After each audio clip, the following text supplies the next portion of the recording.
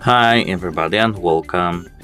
Today I have JBL Tune 2015 wireless headphones and I'm going to show you how to remove and how to change your tips.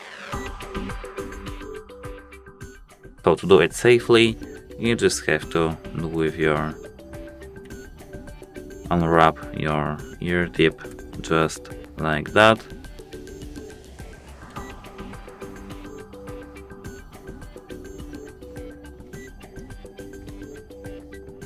Just like that.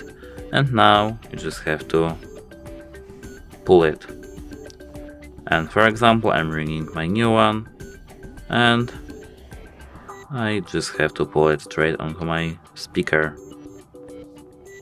It can be difficult, so don't worry, but it's as easy as that. That's it, hope it helps you. Goodbye.